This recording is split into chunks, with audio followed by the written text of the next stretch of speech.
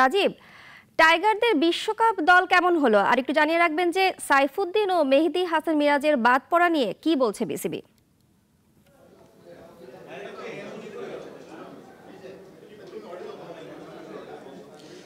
আপনি জানেন যে বাংলাদেশের বিশ্বকাপ দল ঘোষণা করার সময় ছিল দুপুর 12:30, কিন্তু বিসিবি একটা চমক দিবে বা একটা চমক রেখেছে, সেটার জন্যই কিন্তু 12:30টার পরিবর্তে 1টার পরে কিন্তু এই দল ঘোষণাটা করেছে।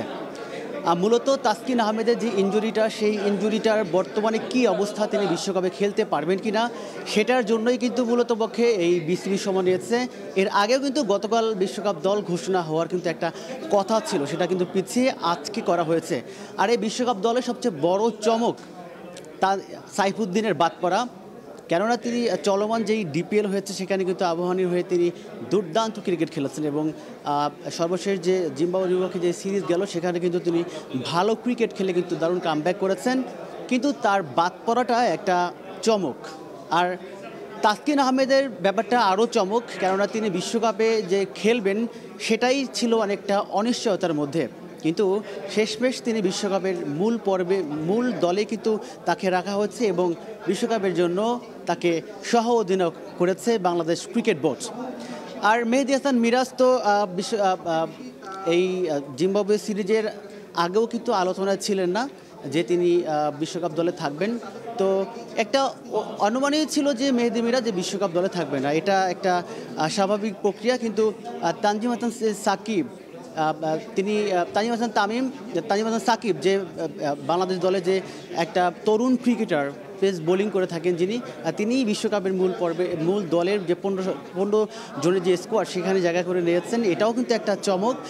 এই দলটাতে মূলত 6 জন ব্যাটার, 4 জন পেসার এবং 5 জন অলরাউন্ডার আছে। এর মধ্যে 2 জন রাখা হয়েছে উইকেট কিপার লিটন দাস এবং জাকের আলী অনিক। প্রধান নির্বাচক গাজী আশরাফ হোসেন লিপু জানিয়েছেন যে বিশ্বকাপের মতো বড় আসরে আসলে একাধিক উইকেট কিপার ছাড়া আসলে যাওয়াটা একটা চ্যালেঞ্জের, সেজন্যই কিন্তু লিটন দাসকে রাখা হয়েছে। আপনারা জানেন যে সর্বশেষ যে জিম্বাবুয়ে যে সিরিজ, ঢাকার যে 2 ম্যাচ ছিল, সেই 2 ম্যাচে কিন্তু লিটন দাসকে বাদ দেওয়া হয়েছিল বাজে ফর্মের কারণে। তো বিশ্বকাপে তিনি জায়গা পাবেন কি পাবেন এটা নিয়ে কিন্তু একটা গুঞ্জন ছিল। শেষ পর্যন্ত কিন্তু উইকেট কিপিংয়ের জন্য, এক্সট্রা উইকেট কিপিংয়ের জন্য কিন্তু তাকে বিশ্বকাপ দলে কিন্তু নিতে বাধ্য হয়েছে বিসিবি। এছাড়া মেহেদী হাসান মিরাজের কথা আগেই বলেছি যে তিনি আসলে এই বিসিবি। রাজীব, আপনাকে অনেক ধন্যবাদ, আমাদের সাথেই থাকবেন। একমাত্র ওয়ালটন এসি দিচ্ছে 1 বছরের রিপ্লেসমেন্ট গ্যারান্টি এবং কম্প্রেসারের 10 বছরের গ্যারান্টি।